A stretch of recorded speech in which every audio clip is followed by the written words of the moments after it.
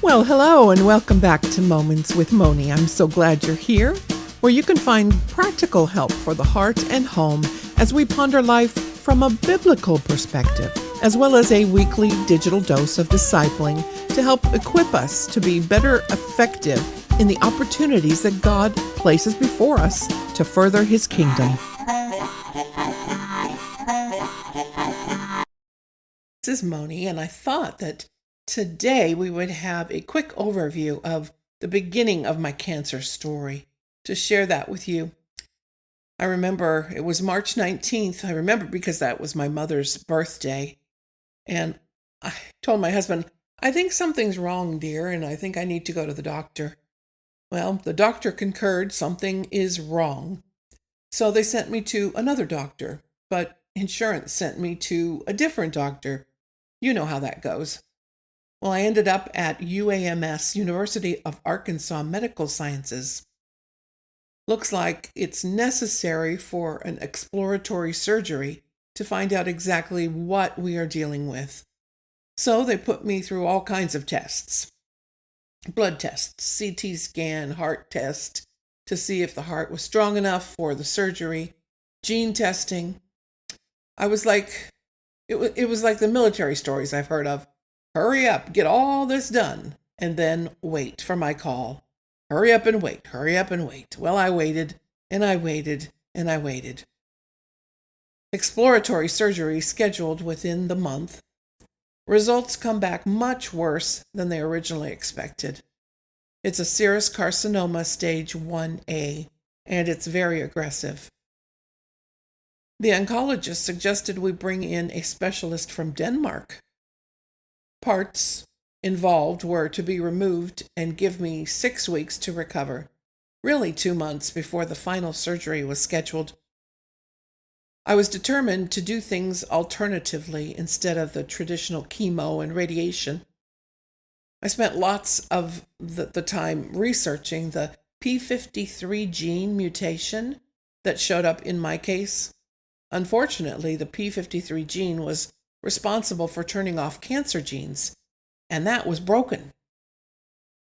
So I had about 2 months before the next step of the radical surgery as I went to work and threw the kitchen sink at this invader in my body with all kinds of alternative methods.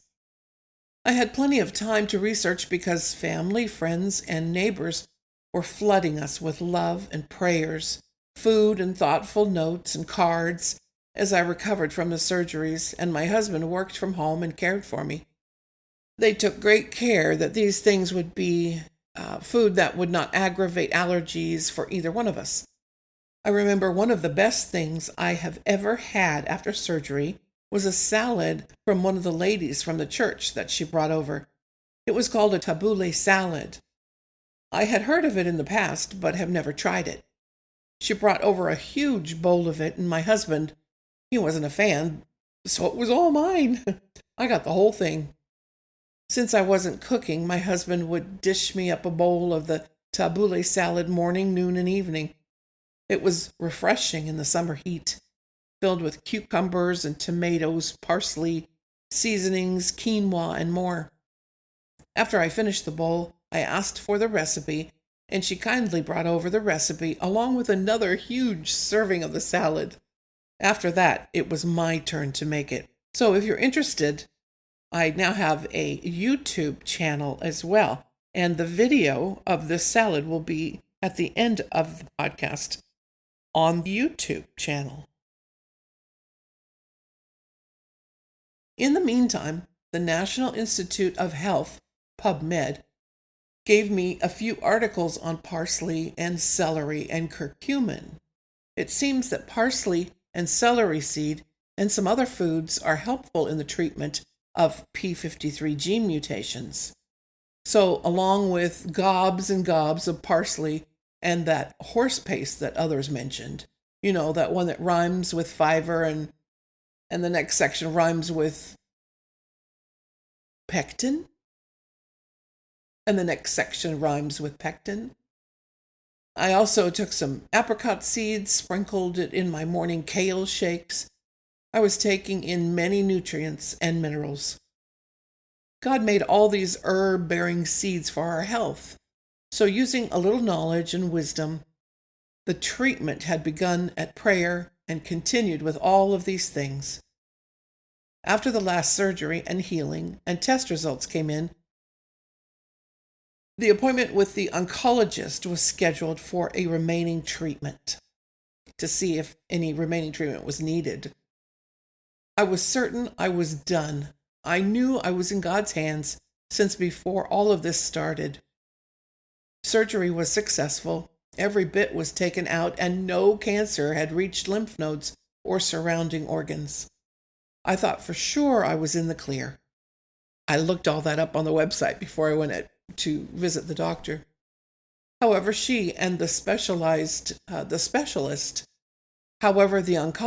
and the specialist recommended chemo and radiation just in case any cells escaped, especially since it was the P53 gene that mutated, the kind that was supposed to turn off cancer.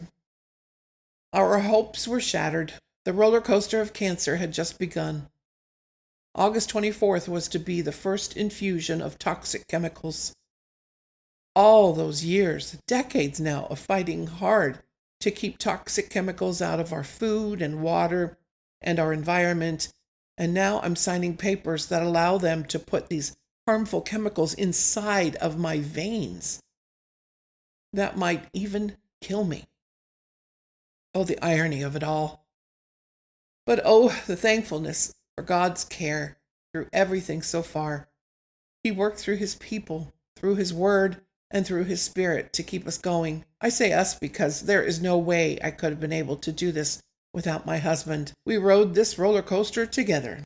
At that point, I only had a few weeks left to gather all my things together that I would need for going to the chemo infusions. So I looked at a whole bunch of different YouTube videos, people sharing how to make a chemo bag. I had been given many of those things already, a nice little blanket, and I think I bought the ice packs. Oh, those helped so much.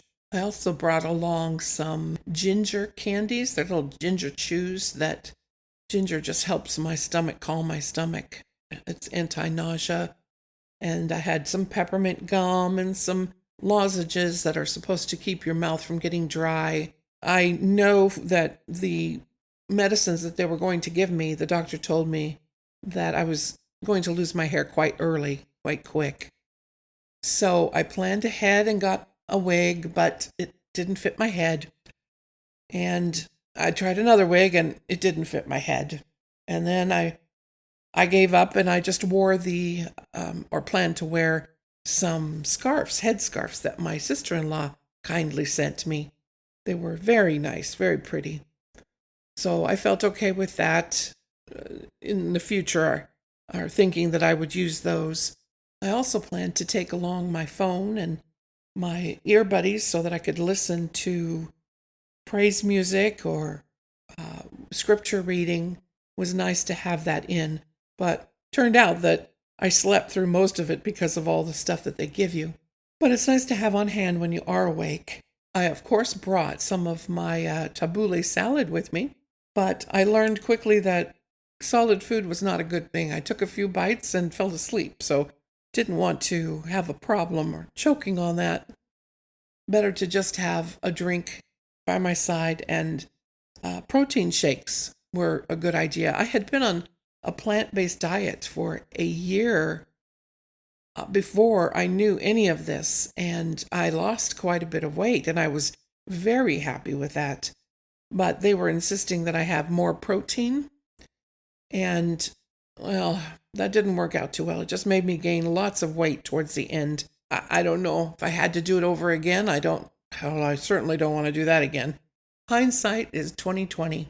I sure am thankful, though, that God was there with us the entire way, because He knows the end from the beginning.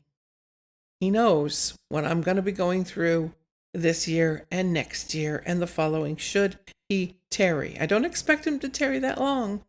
I'm hoping He'll be here, and He promised He would be here soon. So I hang on to that promise. And I find comfort in that, no matter what I have to walk through here on this earth. I'm sorry if you're going through rough things, but please trust God. Trust God with all of your heart. Lean not on your own understanding. Just hold on tight. Open up the Word and let Him into your heart and let Him minister to you. Well, thanks for listening to today, the first part of my cancer journey. And like I mentioned earlier, if you'd like, you can go to the YouTube channel and it will show you the video of the salad that I mentioned earlier. The link will be in the show notes.